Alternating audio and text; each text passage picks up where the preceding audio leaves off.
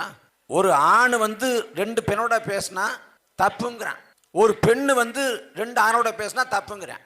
ஆனா ஒரு கட்சி ஒரே நேரத்தில் 2 கட்சியில கூட்டணி பேசுதே, இங்கேயும் பேசுறான் அங்கேயும் பேசுறான். இதை எப்படி சகிச்சுக்க முடியுது? காலையில் இந்த பக்கம் போறான், சாயங்காலம் இந்த பக்கம் போயிடுறான். ஏன்னா கோட்பாடுகள் கொள்கைகள் தீர்மானிக்கவில்லை, நோட்டும் சீட்டும் தீர்மானிக்கப்படுகிறது. அவன் ஏழை விடுறான், யார் அதிகமா ஏழை எடுக்கிறாங்களோ அந்த பக்கம் போயிடுறான். அப்ப எங்க மக்களாட்சி இருக்கும், மக்களுக்கான சேவை இருக்கும்? ஒண்ணு இருக்காது. நாம் தமிழர் கட்சி தனிச்சு போட்டியிடுது, மற்ற 3 கூட்டணியை பத்தி சொல்லவே தேவையில்லை. பாரதிய ஜனதா 18 விழுக்காடு வாக்களை பெறுங்கிறான், 5 இடங்கள்ல வெற்றி பெறுவோங்கிறான். நானும் கூட்டத்துக்கு போற இடத்துல கேட்கிறேன், அந்த 5 இடம் எதுன்னு சொல்லுங்கடா. எந்த இடம்டா? கண்ணாவப்பட்ட சுடுகாடு, போரூர் சுடுகாடு, சைதாப்பட்ட சுடுகாடா?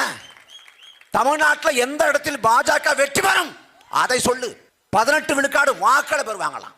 அமித்ஷா சொல்றாரு, கூட்டணி கதவுகளை திறந்தே வச்சிருக்கோம். அண்ணாமலை ஒருபடி மேலே போய் கதவு மட்டும் இல்லைங்க, ஜன்னலை திறந்து வச்சிருக்கோம். கடைசியா போய் அழுது அடம் பிடிச்சு அன்புமணி ராமதாஸை கொண்டு வந்துட்டாங்க. கூட்டணின்னு சொல்லியாச்சு, கூட்டணி அமைக்கணும்னு சொல்லியாச்சு, யாராவது 4 பேர் கூட்டணிக்கு தேவை அப்படிங்கிறப்ப யாருன்னு தேடி பிடிக்கிறாங்க. அங்க ஒரு ஐயா இருக்கிறாரு, எந்த வம்பு தும்புக்கும் போகாம நல்ல பிள்ளை இருக்காரு. யாரு? நம்ம ஐயா ஜி.கே. வாசன். 365 நாள் ஒரு ஆண்டுக்கு 360 நாளும் சும்மா தான் இருப்பார். எந்த கண்டனமும் இல்லை, எந்த எதிர்ப்பும் இல்லை, எந்த போராட்டமும் இல்லை, இருக்கிறன்னு தெரியாம இருந்துட்டு போயிடணும். அவரை கூப்பிட்டு வச்சு வாங்க கூட்டணிக்குன்னு கூப்பிட்டுருக்காங்க. சரி வரன்னு வந்துட்டாரு. அடுத்தது சரத்குமார். எப்படிப்பட்டவர்? கமலஹாசனோட கூட்டணி வச்சாரு 2021. கமலஹாசன் தாராள மனப்பான்மையோட 40 இடத்தை கொடுத்துட்டாரு. ஐயோ இவ்வளவு இடத்துக்கு நான் எங்க போவேன், 2 நீங்க வச்சுக்கோங்க, திரும்ப கொடுத்துட்டாரு. அந்த சரத்குமாரோட கூட்டணி வச்சா முத நாள் கூட்டணியும் செய்தி விடுது, அடுத்த நாள் பார்த்தா கட்சியை கொண்டு பாஜக சேர்த்துட்டாரு. ராத்திரியில் படுத்துக்கிட்டு 2 மணிக்கு யோசிச்சிருக்காரு, எதுக்கு கூட்டணி வச்சு இந்த இதெல்லாம் பண்ணிக்கிட்டு பேசாம கட்சியை கொடுத்துட்டு வந்துடலாம்.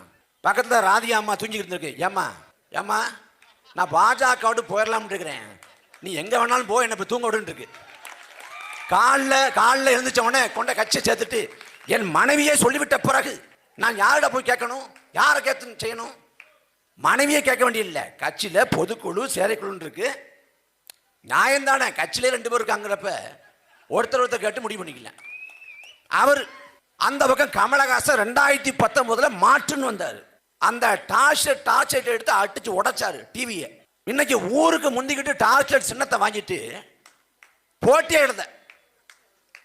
ஆனா சொல்றாங்க அப்படியெல்லாம் நாங்க இருக்க மாட்டோம், நாங்க டார்ச் லைட் சின்னத்தை பயன்படுத்துவோம். எப்படி பயன்படுத்துவீங்க? குடிச்சுக்கிட்டு ஓரம் அனுப்போம். மக்கள் வாக்கு செலுத்திய மக்கள் என்ன சொல்ல போறீங்க? யார் இந்த மண்ணுக்கானவர்கள், யார் இந்த மக்களுக்கான தெரியாம இங்க மாறி மாறி எல்லா கட்சிகளுக்கும் வாக்கு செலுத்திட்டு நமது வறுமையை நமது அறியாமையை நம்பி யாரோ வந்து ஆளுக்கு நினைக்கிறாங்க. ஆர்க்க நகரில் தேர்தல் நடக்குது, இடைத்தேர்தல் யாரெல்லாம் போட்டி போட்டா தெரியுமா? நடிகர் விஷால் கிளம்பிட்டார், வேட்புமனுமே தாக்கல் பண்ண தெரியல. அவருக்கும் தமிழ்நாட்டு ஆளாசை, அவரும் கிளம்பிட்டார், நான் வந்து இந்த ஆர்க்க நகரில் போட்டி போட போறேன்னு. ஜெயலலிதாவோட சொந்தக்கார ஒரு அம்மா தீபான்னு, அந்த அம்மாவை எவனோ சொல்லிட்டான். இந்த அம்மாவை ஓரமா பார்த்தா ஜெயலலிதா மாதிரியே இருக்குன்னு காலில் விழுந்துருச்சு. ஜெயலலிதா போலவே கொண்டையை போட்டுக்கிட்டு அதே போல புடவை கட்டிட்டு வந்துருச்சு. நான் தமிழ்நாட்டை ஆளுகை செய்ய போறேன் அப்படின்ட்டு, தமிழ்நாட்டை ஆள போறேன்னு. அது ஆர்க்க நகரில் போட்டி போடுது. போட்டி போடுறப்ப துண்டறிக்கையை பார்த்தா கச்சத்தீவை மீட்பேங்குது. ஆர்க்க நகரில் சட்டமன்ற உறுப்பினராக ஆகி எப்படி கச்சத்தீவை மீட்க முடியும்? யாரும் கேட்க போறதில்லை. ஆனா அதுவும் சொல்லுது, அதே ஆர்க்க நகர்ல இந்த அம்மாவை மிஞ்சக்கூடிய அளவுக்கு ஒருத்தன் வந்து ஒரு கோரிக்கையை சொன்னான், ஒரு உறுதிமொழியை சொன்னான். என்ன உறுதிமொழினா, எனக்கு நீங்க ஓட்டு போட்டு ஆர்க்க நகரோட சட்டமன்ற உறுப்பினர் ஆக்கிட்டீங்கன்னா நான் அண்டை நாடுகளுடன் வெளியுறவு கொள்கையை பேணுவேன், நட்புறவு பேணுவேன். ஏன்னா ஆர்க்க நகர் சட்டமன்ற உறுப்பினராகி எப்படா ரஷ்யாவோட சீனாவோட எப்படா சாத்தியம் தரலாம்? மக்கள் கேள்வி கேட்கறது இல்லை, யார் வந்தாலும் ஓட்ட போடுறது. எதுக்கு ஓட்டு போடுறோம்னு தெரியல. இப்ப திமுக வந்து மறுபடியும் வந்து நாங்க மாநில உரிமைகளை மீட்க போறோம், காக்க போறோம். என்ன மாநில உரிமைகளை மீட்டு காக்க போற? என்ன உரிமை மீட்க போற? திமுக முதல் முறையாக பாராளுமன்ற தேர்தலில் போட்டி போடுதா? 70 ஆண்டுகள இயக்கம் திமுக, 70 ஆண்டு. இந்த 70 ஆண்டு காலத்துல